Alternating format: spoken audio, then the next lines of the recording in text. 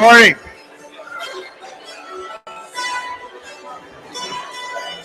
Which one am I talking to? Either one? For this system. Okay. All right. Good morning.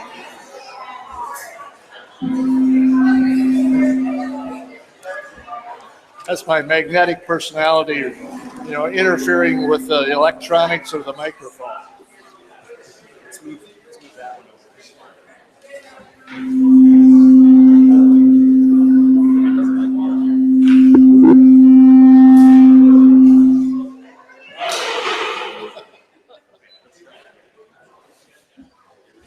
We'll try it one more time. I said it's my magnetic personality interfering with the electronics of the microphone system, probably, that's causing that feedback. We have a few more people coming in. We want to welcome everybody. It's a great day. I had one responsibility for today, which was for the weather. And I want you all to congratulate, please, on a nice job that I've done in preparation for this event. Graduations are always special. It doesn't make any difference. When I was a school superintendent, oh, by the way, my name is Ken Drenth, for those of you who don't know me, and I happen to chair the board here for the boat school. A very prestigious job. Cost me a lot of money to have this position.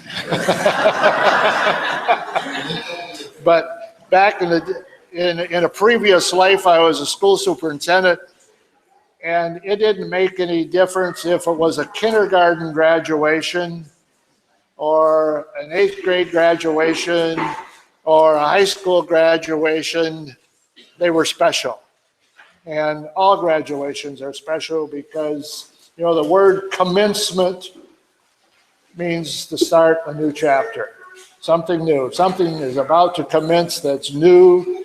And for the people that have been in the boat school for the last year or 2 years, it's a new chapter in their lives, whether it's going to work or coming back for a second year or whatever they're going to do. It's a new chapter.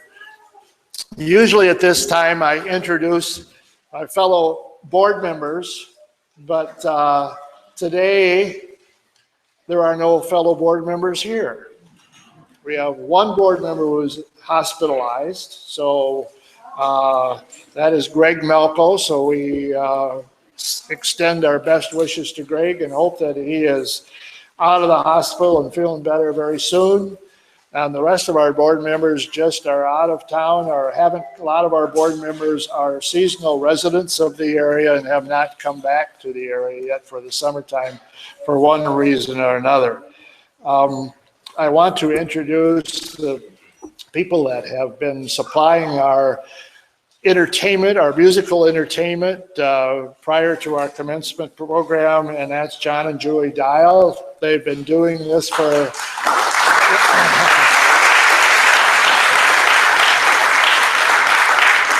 thank you very much. I don't know, have you done it for every graduation? This would be 9 years straight that you have done this for us, and we really appreciate your contribution to this event. This is our 9th graduation, and we, a few years ago, asked some people at Central Michigan University to give us an estimate of the economic impact that this boat school has on the area. And so I know that you who are family members of people who are graduating today stayed in motels last night. You probably ate in local restaurants. You participated, you added something to our local economy, as well as the students who are here and the boat school in general. They said added about 3/4 of them to the local economy annually. So over the 9 years that we have been here, we figure that we have added about $7 million to the local economy. So this is this school is just a great economic asset to this area. And we know that many of you that are here have been supporters in one way or another of the school, and we appreciate more than we can tell you of that support. Now, in the 9 years, we've come a long ways. And this year, we've added something very special. We are beaming this broadcast, this commencement program, live on YouTube. So we have, the last I looked, there were thousands, a cast of thousands, or was it 5? It's now 6, all right, who are watching this great live broadcast via YouTube, via television, or via their computer.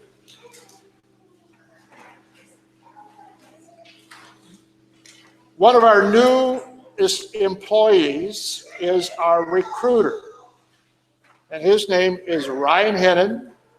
Ryan came to us from Peoria, Illinois. He was working at Bradley University, which is located there, and he has now joined our staff here at the boat school as our recruiter. And we are very happy to have Ryan on board. He's done an excellent job. He's been a great friend to all of the students that are here and has done us a lot of publicity, but it's all new kind of technology that young people are involved in. Because that's who we're trying to recruit. The younger people in our geographic area that are interested, because that's the medium that they use. And so it's a process that we had to get involved in. And at this time, I'd like to introduce Ryan Hennon to you. And Ryan is going to introduce our speaker for this morning. Good morning, Ryan.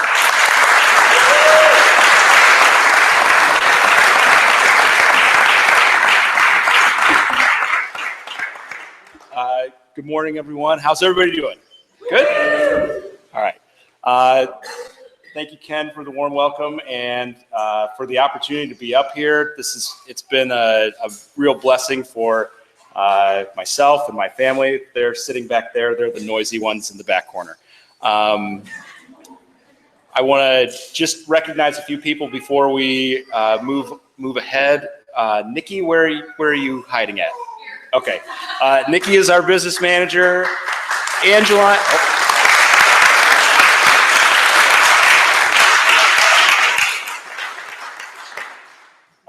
Angeline over here is our director of development. She helps us fundraise.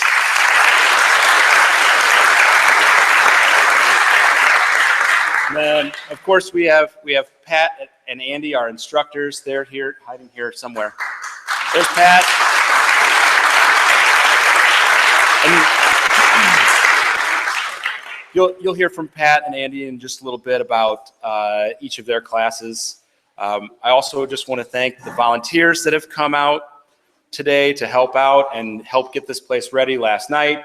And we had a very important meeting this morning of our program advisory committee, and we've got those program advisory committee members here. Could you guys just raise your hands and be...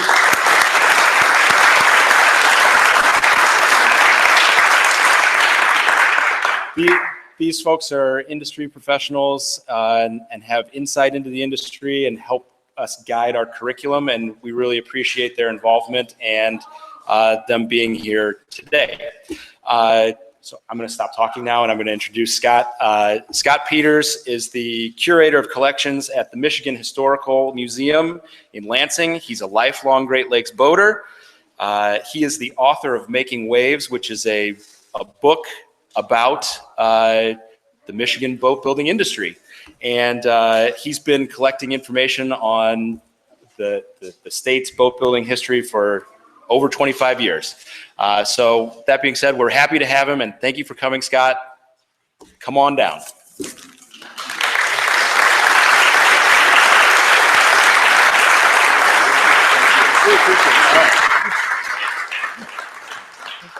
Good morning, and I'd like to thank Andy and Nikki and Pat for the invitation to come speak today.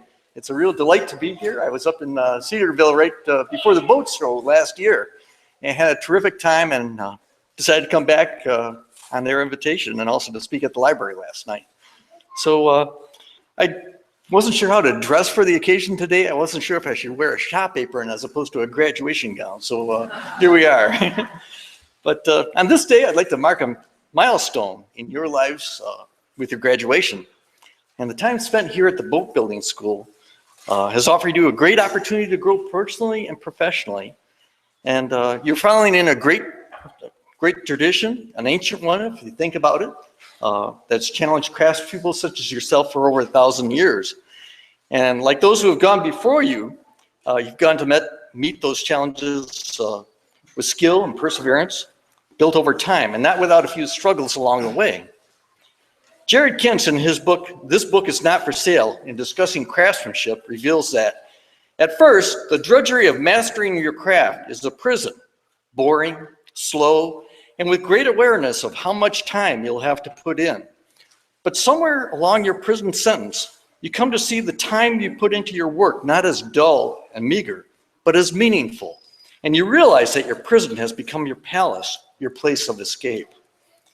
Now, being a history guy and not a boat builder, I do a lot of thinking about the boat builders I study and the boats that they build.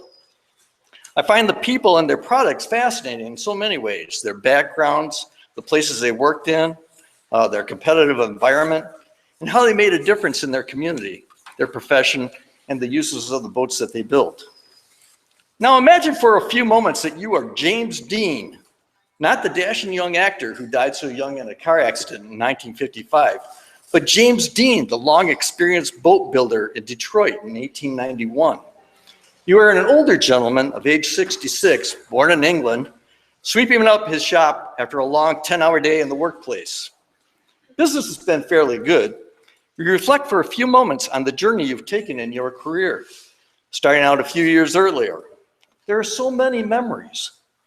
You worked in partnership with Alfred Seymour as James Dean and Company, although you parted ways 6 years ago.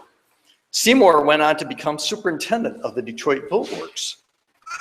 You started with Seymour in 1878, and after only 18 months, you employed 10 workers, building about 100 boats a year, and on average, 500 pairs of oars.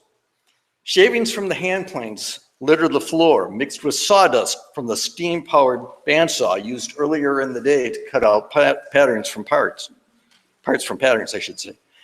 And you hang the patterns back up on the wall in their proper place to be used again soon. In 1883, you were building $10,000 worth of boats a year. It all came to a crashing halt when a fire destroyed your shop a year later, maybe leading to the breakup with Seymour. And then there were the boats. The catamaran that you built with Peter Myers and sailed to Lake Michigan to deliver to General Howard in Green Bay. There was a 35-foot four-oared rowing barge that you won a prize for at the Michigan State Fair. You remember the 2 patents that you received in 1881 and 1882 for the diagonally planked surfboat that the United States Life Saving Service evaluated. There were the 2 boats that you built for the lighthouse tender Dahlia in 1888 for a mere $175. And then there was a ship's yawl that you sent to Baltimore, beating out the local competition for that job. It's July 14th, a hot day. You shuffle down to the office, your legs are tired from the long workday, and you slouch in the chair, looking at the orders on your desk. And you remember the apprentices that you taught how to cut a scarf joint, how to chisel out a rabbit. At John Bolio, he was one of the promising ones. 5 years ago, you paid them $1 a day for the most experienced ones, and 50 cents a day for the new ones. Pretty good money for an apprentice, especially for a place like Detroit, where the shipyards, railroad car shops, and the stoveworks snatched up a lot of the younger men. You pick up a copy of the Detroit Free Press on your desk, and you read that a man from Springfield, Ohio, tried out a new naphtha or gasoline-powered engine in one of the Detroit Boat Works boats on the Detroit River. It says, the engine is driven by the expansion of naphtha by a spark of electricity in the cylinder, and the little boat was thus sent along at a rate of 8 miles an hour. There was no noise, no steam, and it said that the engine can be operated all day on a quart of naphtha. Great things are expected of it. Let that sink in. You're witness to the dawn of the marine gasoline engine in your own town at a competitor's shop. Could happen to you. Things in your world will change dramatically from here on. As craftspeople like James Dean, only 125 years later, what kind of boats will you build? And what will be your legacy? Will they have lasting value 50 years or even 100 years from now? Will people still value the effort you put into the designing and building them? Will people still covet and cherish them for the workmanship and the quality that you built into them? Are your boats going to be represent the work of a master? Will people like me want to write about them 100 years from now, after you're gone? Henry Petrosky, in his book, Small Things Considered, states that designing anything from a fence to a factory involves satisfying constraints, making choices, containing costs, and accepting compromises. And so it is with boat building. What did you learn from building that sweetheart skiff, the Cornish pilot gig, or the Gartside sloop? You had to make choices. You had to work within the constraints of the design and materials and accept compromises, all within a budget. As your projects increased in complexity, you needed to refine your skills as a woodworker, a mechanic, an electrician, a plumber, and a rigger. You had to learn limitations of the materials and construction techniques, and sometimes those of your fellow students, in bringing a project to completion. The competitive environment of boat building is subject to many different winds of change, and these will most likely assuredly affect your work, just as they have for boat builders like James Dean and for generations before and after him. There will be challenges with international economics, with booms of rising stock prices and busts like the recent recession, and then uncontrollable things like fuel costs, spiraling interest rates, and maybe even the threats of war that will have an impact on your work. Consider for a moment the mess that the boat builders at Dachel Carter Boat Shipbuilding Company in Benton Harbor had to contend with right after the start of World War II. You're losing a lot of your workforce, your skilled workforce, to the military, and you're training all kinds of new workers, many of who had never set foot in a factory before. You're trying to deliver large volumes of boats when material shortages cut into your production delivery schedules. And then there was the weather in Michigan. You can't launch boats in heavy ice, and delivery couldn't wait until spring because the war effort needed them. So you had to get them somehow to the coast overseas for shipment. So do you send out boats that are incomplete to be finished elsewhere and risk losing your contract? What choices do you have? There's going to be changes in laws, especially in terms of government regulations, such as safety concerns from the Coast Guard, possible changes to customs rules, taxation of your products, and laws regarding safety in the workplace, for instance. Even social changes like prohibition brought big changes in the industry too. In the 1920s, everybody wanted a fast boat, either for rum running or chasing rum runners, and boat builders supplied both sides of what became an arms race of boats. So it made for pretty good times for a boat builder. And what about constantly changing customer preferences? It's 1957 and fiberglass starts to make inroads in your market. Do you make the switch from wood to glass? Do you buy out a smaller firm or try out the new material? The wrong decision could be fatal for your company, and it was for many. Doesn't exactly sound like smooth sailing, does it? You come out of school poised to start a new career. But what is in your toolbox to deal with these potential problems? I read through the admissions portion of the website for the school, and not surprisingly, I found a lengthy list of tools that you would need to purchase to make your work successful here. And you had to build your own shipwright's chest before you began work on the boats. I think Steve Van Dam of Van Dam Boat Works in Boyne City, Michigan, an advisor to the school here, states for his program that for each apprentice must first create his own toolbox as part of the process of learning how to use hand tools. And the process continues through the years as they learn boat building skills and the skills needed to install the complex mechanical systems that go into many of the boats. Those physical tools are essential for your work, but there's another kind of toolbox that you have. The personal traits and life skills toolbox that you carry within you. It's invisible, yet just as important, if not more so, than the physical tools of boat building. Your new workplace is going to have a community that will require these special kinds of tools. One of the most important things about the business you are about to start in has not so much to do with what you make boat-wise or in pay scale, but in how you deal with the people around you. And that requires a wide variety of people skills: integrity, perseverance, dedication, negotiation, compromise, and many, many more. Just as designing and building a good boat requires each of these skills, so will building and maintaining the relationships of your work life. Remember, the business of business is people. It's not products, it's not services. Take care of the people, and the people will take care of you. You will undoubtedly run into customers, suppliers, maybe even other boat builders who are challenging to work with, to say the least. William J. Partridge, another crusty old boat builder from Detroit in the early 1900s, once said when a customer brought in plans he didn't like, "Take those plans to a box factory. Don't insult a boat builder to carry them out." So you're going to have to deal with people like that who have dreams or plans that are too big for their budget, who don't understand what they're asking for, who make demands for construction that might actually be unsafe. There will be bean counters and demanding managers and clueless clients in your future. What is your skill set for dealing with those folks? You're going to need your best personality tools to make those relationships work. Each person's toolbox, if he or she were to take time to dig through it, would find an immense number of tools such as ingenuity, or a passion for excellence, or tact, or fairness, or truthfulness. Does your toolbox include more than a little bit of courage to tackle something you've never done before? Les Staudacher, the boat builder from Coquitlam down near Bay City, designed, built, and drove the first jet engine-driven boats in the United States beginning in 1960. He built Tempo Alcoa for band leader and racing boat driver Guy Lombardo. When the boat went to pieces in Saginaw Bay while it was under remote control, it did not stop Staudacher.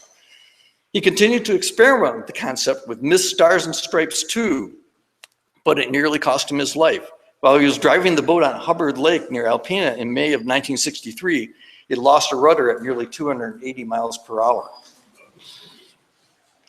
Your tools might include a few favorites, like the one your father or mother gave you. The well-worn handle makes a comfortable grip that feels just right. It makes the job seem easier and smoother, just like good humor, the ability to laugh at your mistakes. Yet there are new tools, untried, not scratched or worn, in your toolbox. Maybe you don't even know how to use them yet. Ask questions. Be a good listener for the answers. And learn to distinguish between sense and nonsense, because you're going to hear plenty of both. Maybe you discovered a tool you had forgotten that you had. How wonderful is that? Just as with all physical tools, your personal trait tools are going to, you have to be careful about how you use them. We all take shortcuts to get through a project or to a destination. Sometimes maybe we are working too fast or use the wrong tool in order to get done faster. And as you learn very early on in your career here, often that tool will not work as well as the one that was intended for the task, or even worse, it could break and possibly hurt you. And so it is we allow your personal trait tools. Take care of them, use them wisely, and they will take care of you. And remember that little one, even although it's very essential, is a tool called forgiveness. Keep those tools sharp and in good working order. Safety first. It's always the first essential rule that you learn in any workplace. Likewise, some jobs are more difficult than others and take longer than expected. If you don't have the right tool, take the time to find the right one. Be sure to ask around until you find someone who has it, or otherwise take time to acquire it. Tool maintenance takes time, so plan your work accordingly.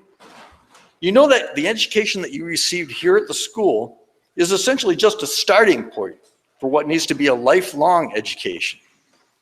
You will need to learn about new construction materials and time-saving methods and creative new ways of solving problems in boat building. Networking is going to be one of your best useful tools to stay on top of changes in materials, techniques, and philosophies in building.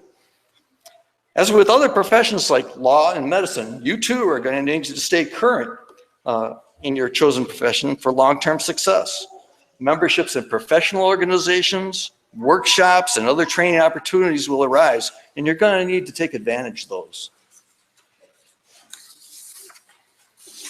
Is your toolbox neat and tidy, or hopelessly overflowing like a junk drawer?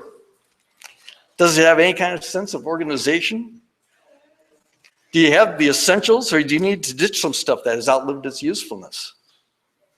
Knowing when to get rid of a tool that is no longer useful is just part of lightening the load, making the toolbox safer and giving more room for new ones to be added. Maybe your job will change completely, requiring a whole new set of tools. As all of us become familiar with the tools given us, we need to seek new opportunities to use them in order to become skillful with them. As you grow as a boat builder, you will also take on a role as a citizen in a larger or smaller community. As a citizen and a professional, you might be asked to join in helping make your community a better place. It might be something as simple as sponsoring a sports team, or it might be more involved, like working on a zoning or planning commission, or even holding elective office. Andrew Ekstrom, a boat builder in Manistee, served as the county sheriff for Schoolcraft County for many years while still working at his trade. Chris Smith of Chris Craft fame was the local postmaster for the city of Algonac, or village of Algonac. So make sure that you take time to play an active role in your community, wherever it is. Volunteer for something. The personal reward is the satisfaction of making the place you live in better than it was. Remember that tool called generosity. It can help you build something more important than a boat, like a new life for someone. Think of your education as like building a keel for your new boat. It's the very foundation of everything that everything else can be built up from. It's strong and resilient. Best of all, no one can ever take it away from you. When a business is destroyed by a fire like James Dean's boat shop, you will always have your education to fall back on. The keel is in place. The shape of the hull comes next as the ribs fit into place. Your talents, refined by the experience of the work, will give you the ability to create and experiment. Some boats are beautiful and some are ugly. Choose wisely how the personal boat of your career will look and perform. Now, are you ready to become the next James Dean? Congratulations on your accomplishment, and thank you.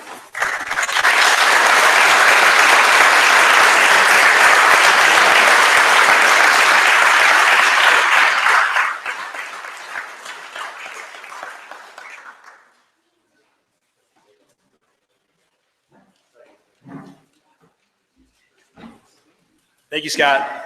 Appreciate that.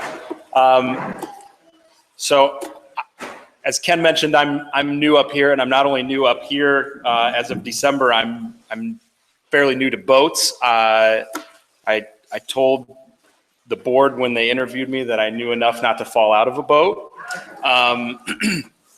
But what I've learned from all of these students, and I've learned an awful lot from all of you, is that the hard work and friendships that you guys have created here are just one of the many traditions that we want to instill here. And there are a bunch of traditions that that Pat and Andy have instilled on these guys, and that have kind of, I think they've been going on for centuries. I don't know, correct me if I'm wrong. There's the make one up occasionally. The keel laying ceremony or the whiskey plank. These are things that tie these guys to boat builders from years gone by.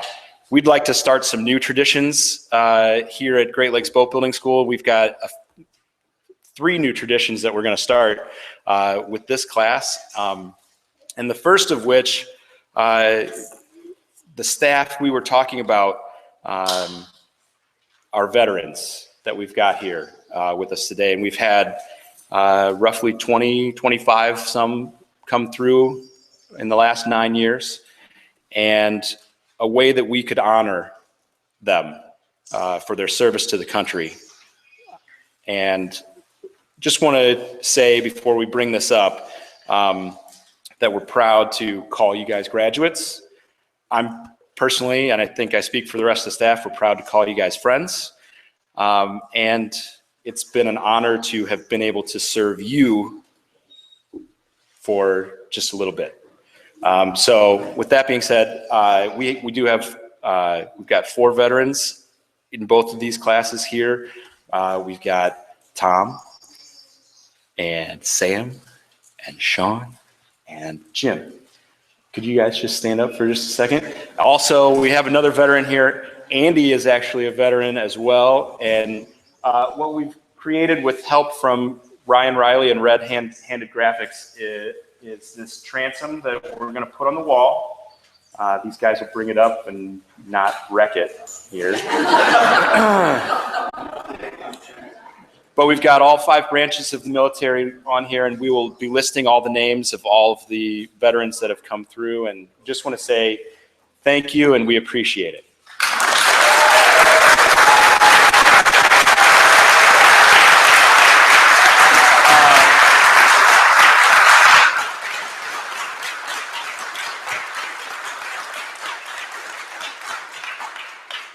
So yours will be the first names that go on there, but then we'll go ahead and put everybody else that's come through very soon. With that, I'm going to bring up Pat to offer some remarks and talk about another tradition that we've started here. Come on up, Pat. You don't have to come up here, but you can speak loudly. Okay.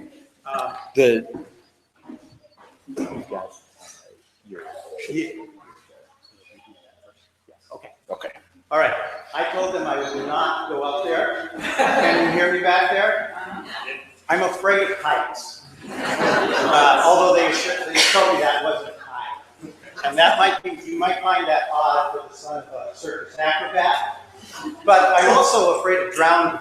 So that might be odd for a boat builder. So we all have our phobias that we have to take risks for, right?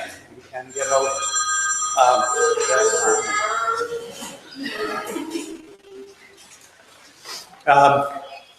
Well, I just want to say a few words. I did my emotional thing last night with you guys. That was it. So I'm not going to burden the rest of you with this. I just want to say something about what we're surrounded by here. And if you look around, we're literally surrounded by boats.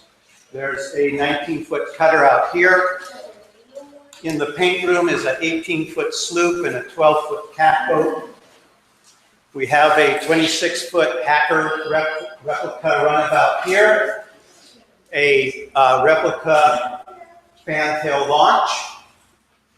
Over here we have a 20-foot lap straight outboard launch. And on that side of the building, a 20-foot electric-powered launch. And the students here that are graduating had their hand in just about all of them. And the best way to recognize these students is to look at their craftsmanship and ask them questions and give them high praise for what they've accomplished here. We also have this 12-foot all bright skiff.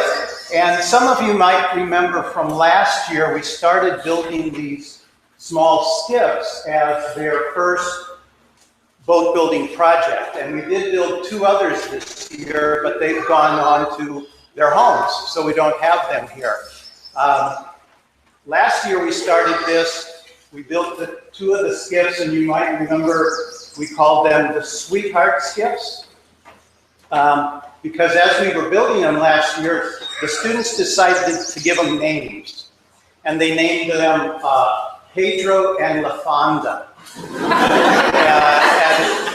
And everybody gets that, right?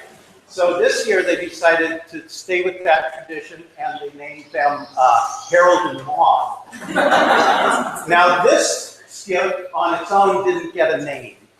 But I'm envisioning if Pedro and LaFonda had a baby, it might look something like that. It doesn't have a name, but it's, you really want to take a look at this and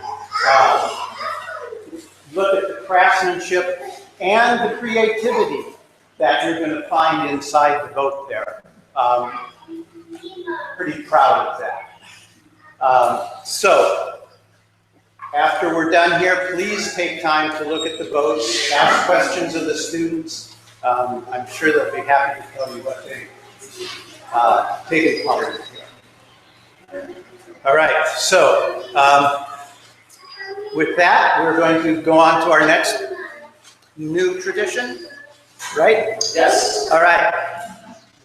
So another tradition we're inaugurating this year is every year we have, we have 16 really wonderful students.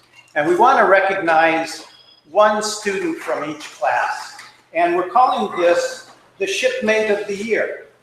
And a shipmate is somebody who brings more than just maybe some skill or something more intangible than that. Somebody who becomes a mentor to all of the students, who is always there for the potlucks,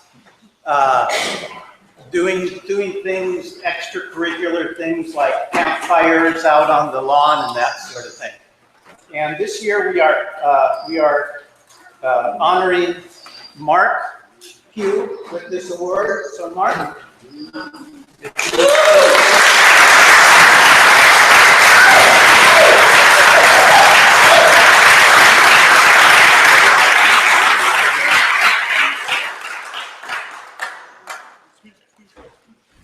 Not that I was prepared, but at least they let us know.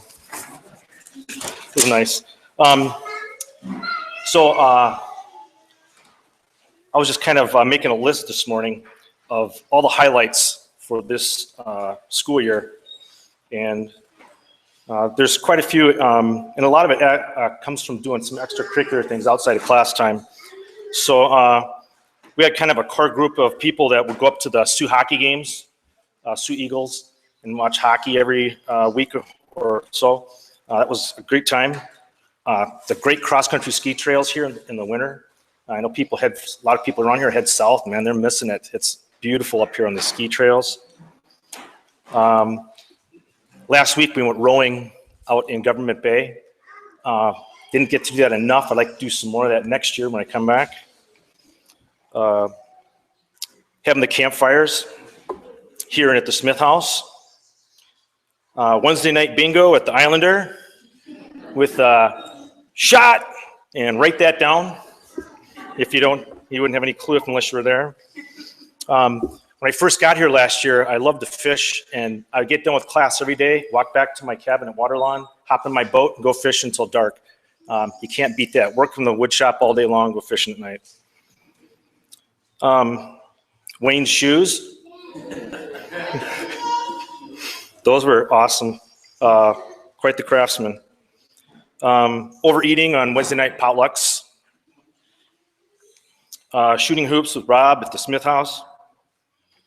We just had another fish fry this week. Tom brought some perch in, and we had several fish fries during the year.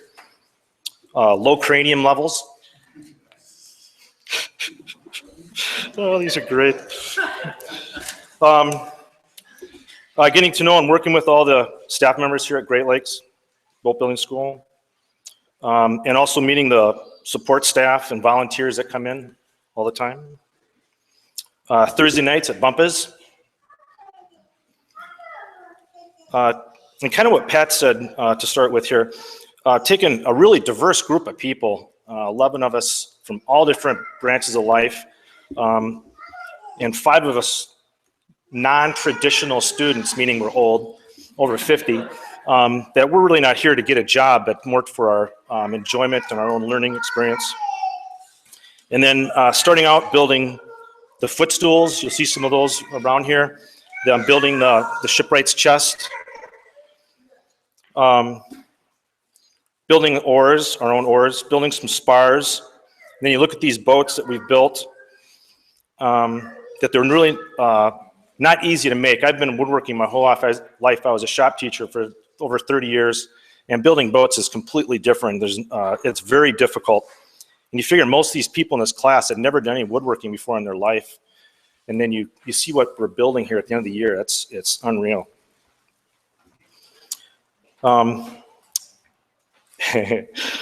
Having all 11 students still in class after the end of the snowmobile season.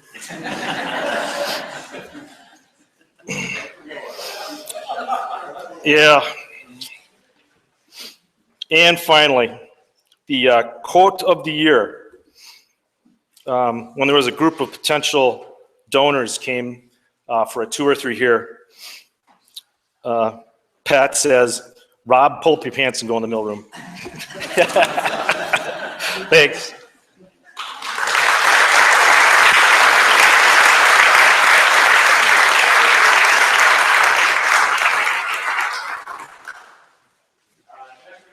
He's our second-year instructor. Talk about this one.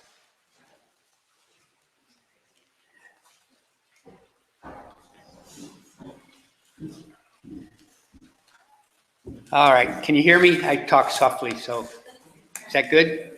All right. If you've been to a few of these, you know that I get up here and I tend to turn into a closet philosopher. And I had a hard time coming up with something this year, but there are words that are bantered around a lot that stick in my head, and I try to put them together into some kind of useful thought process that is tangible to what we do here. And some of these words are millennials. We're all familiar with that. It's the generation of children that, or young adults now that are having trouble finding their way. Along with that is hovering parents. And hovering parents are parents that are just always there to make sure their children don't stumble or fumble or make a mistake. Their intent is to get them as far as they can possibly go to be successful. And I have children. I have children in my family. They're not mine, that are in this position. And they wind up going to college, and they get a degree in something, and they are not what their parents envisioned as far as successful. I don't know how to fix this, really, but I have some thoughts on it.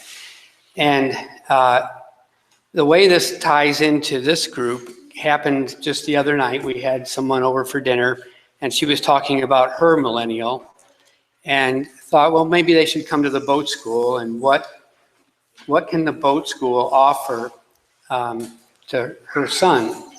And I said, well, even if your son comes here and spends 2 years and doesn't ever decide to build a boat or work in the boat building industry, they come away with something that's they're going to use their whole life. And what I was talking about isn't necessarily the woodworking skills. These skills, of course, you can use your whole life. If you can build one of these, you can build a house, or you can build a piece of furniture, or a patio or a deck. That stuff is pretty easy compared to this. So you have those skills, but what you get out of this place, I think, and I have been learning this the hard way, is we have to fix this, the millennials. They come here and they want to learn, but they've never had to figure something out. They've never had to think about a thought process about how I'm going to get from this drawing of a boat to a real boat, and all the steps and the sequences they have to go through to get there. All of their lives, they've had somebody right there to tell them what to do next, or don't do that. If you do that, you're going to screw it up. And I got hit with this hard when I started teaching here, because every time one of my students got to a little bump in the road, it was, what do I do now? Or I'm finished with this, what should I do next? And this year, I kind of got fed up with it. And I said, if you come to me to ask a question, you have to offer a solution. And we may or may not do that. We'll discuss it. And we'll go forward with your idea or maybe a different idea. But I want you to think about it first. And they struggled with this. But I feel like we accomplished that. Towards the end of the year, it almost got to the point where I couldn't get a word in edgewise because they were excited about thinking about the next step, about how to solve a problem. And that skill, and we just started with this, all right? This is a lifelong thing that will make you successful in whatever you do. That's a skill that we teach here that isn't in the program or in the catalog. That's a life skill, and it's important. Okay, so I've got an award as well. Mark, will you come up here? This is the other Mark. Young Mark, the one you met before is Wise Mark. There you go. I want to say a couple words about Mark, too. A couple years ago, we were sitting at Bumpus like we often do, and Mark was here visiting. He was thinking about coming to the school, and he sat down next to us, and you may have been wearing the same outfit.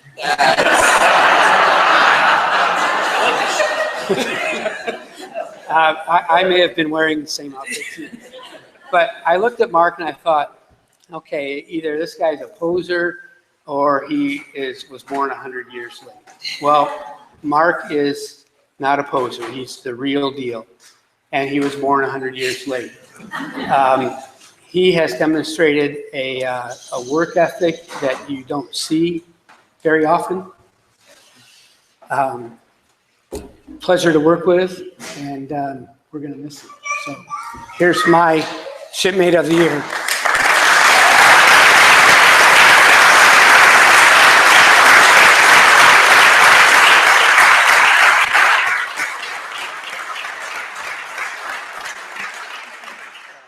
Well, thank you.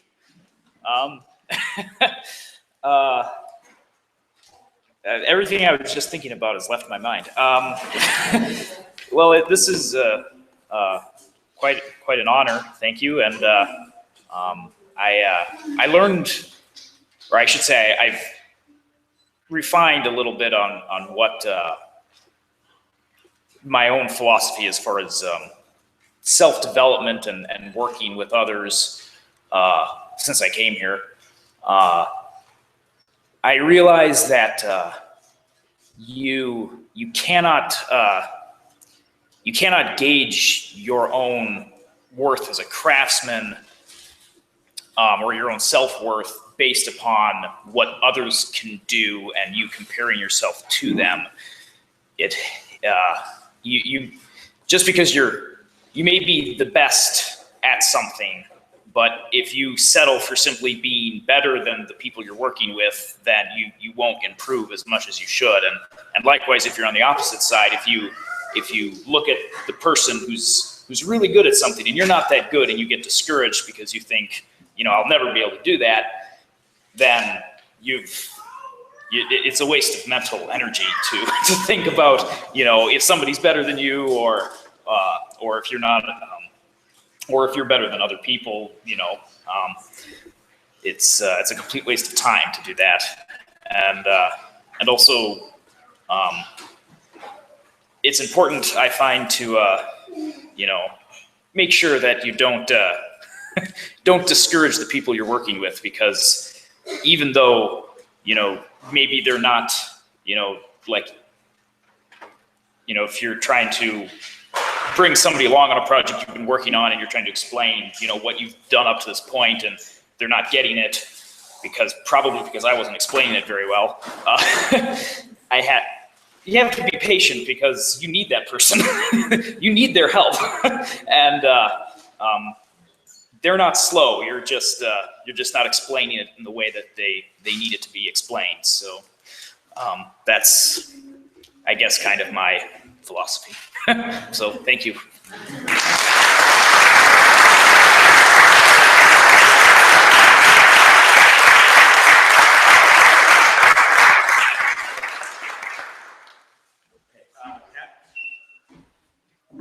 All right, we are going to start handing out certificates here. Nikki, do you mind coming up? One more thing that one more new tradition we're starting is there's a paddle up here, and what we'd like for each of you to do as you come up and get your certificate is put your John Hancock on the paddle, and we're going to start decorating the walls here with paddles for all the students that have come through here. So pick one of those Sharpies and mark it down. So that being said, here we go. Justin Bensley should be in order there.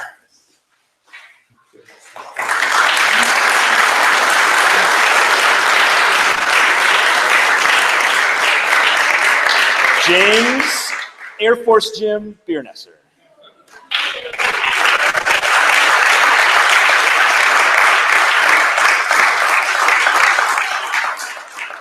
Daniel Young Dan Sinel. I was going to throw something in about Lake Huron swim team, but no? Okay. Thomas Cronin.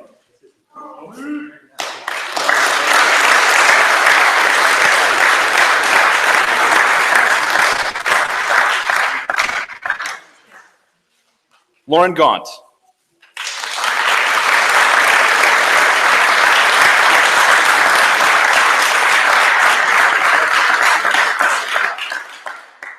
Robert Hankenhoff.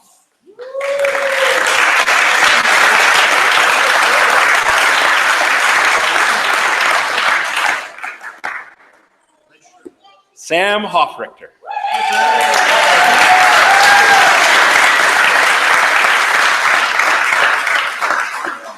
Wayne Marmon.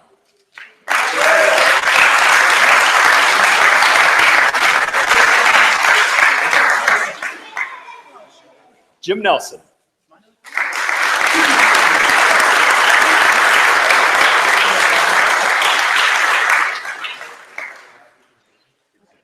Mark Pugh.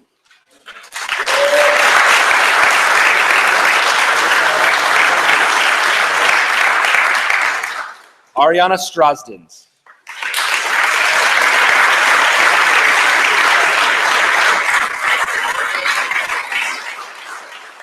All right, Andy, you want to come up?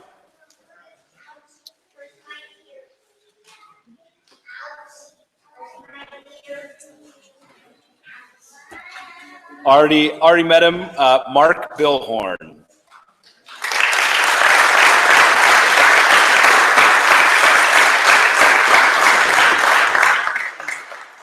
Caleb Golder.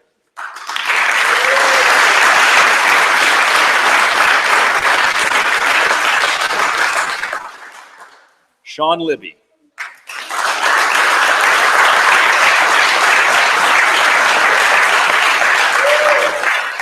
And a man of ever-changing appearance, the chameleon, Danton Thon.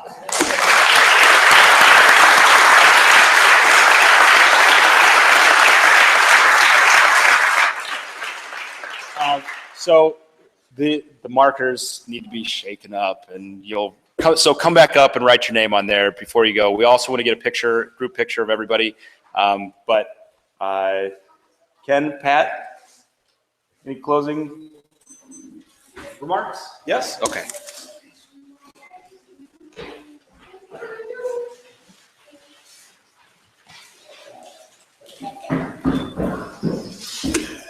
Wow. Great day. Okay, new chapter, new life coming up. We want to congratulate, on behalf of the board, congratulate each one of you We appreciate the contributions you have made, not only to the boat school, but I know a lot of you have been involved in community activities and other things, and we appreciate your being in our community and the contributions that you have offered. So that concludes our graduation. Thank you, family and friends. It is now time for you to enjoy your time with your graduate or your student here, and have a great day. Thank you, Scott, for your comments. Very well received.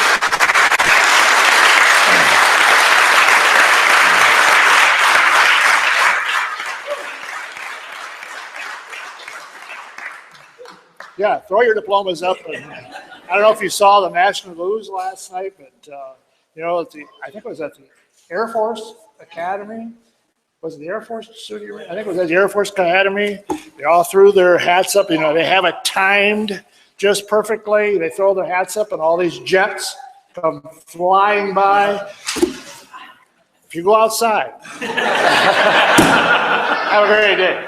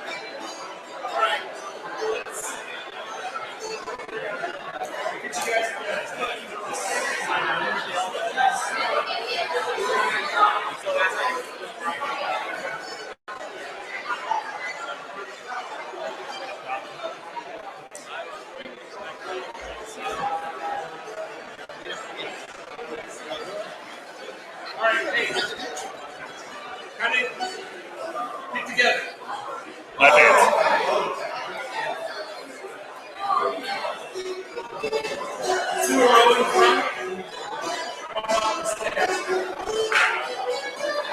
Crowd around me.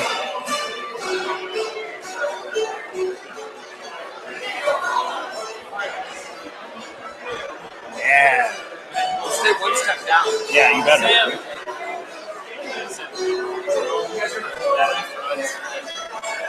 Come on, ladies. You're still taller. No, we're missing like all of the second year class. Where's Sean go? Sean's outside.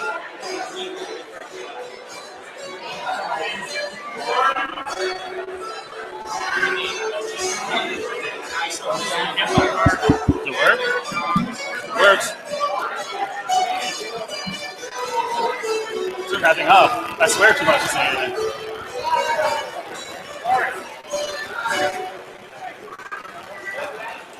Yeah, I'll call them those next or what?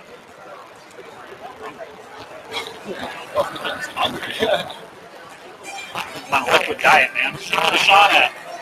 I think Sean's outside.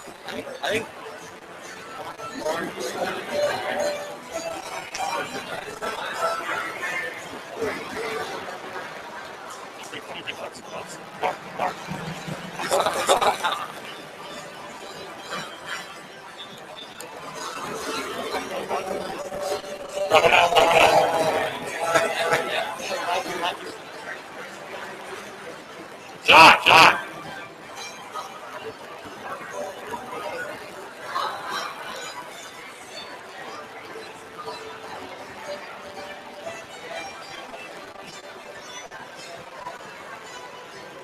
Where's Bill Horn?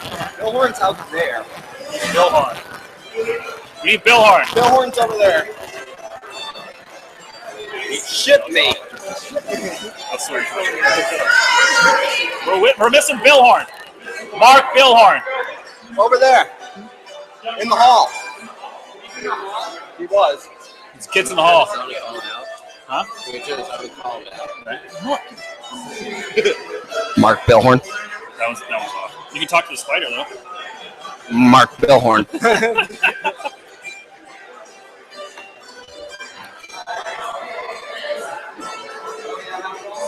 I'm gonna give you bunny ears. Okay. Give him mushroom seed. Feel it? Yeah. So nice. Yeah.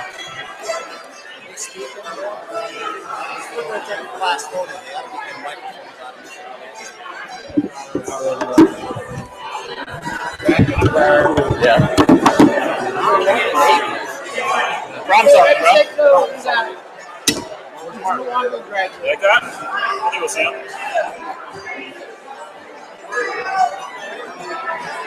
Everybody, meeting mug it. Meeting mug it. Yeah. Are you mean mugging? I was mean mugging.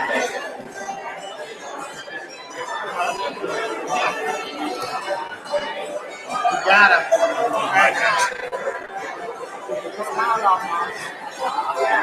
This shouldn't be this hard. No, it shouldn't. It should okay. I'll get up here to get a picture right now. 4 minutes.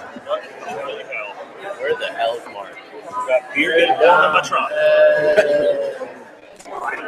There's Mark.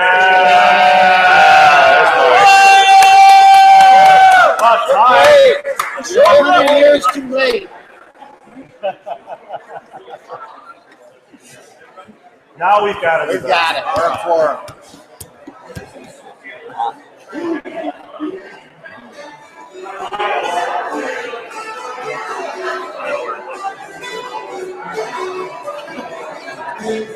Guy in the leather jacket. This is like carpet stuff. It's time.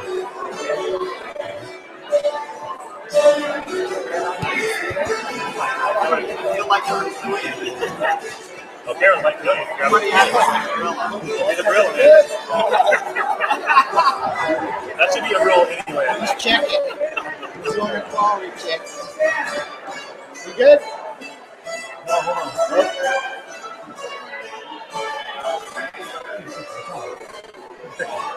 Okay, hold it up, right? No. Okay, one more.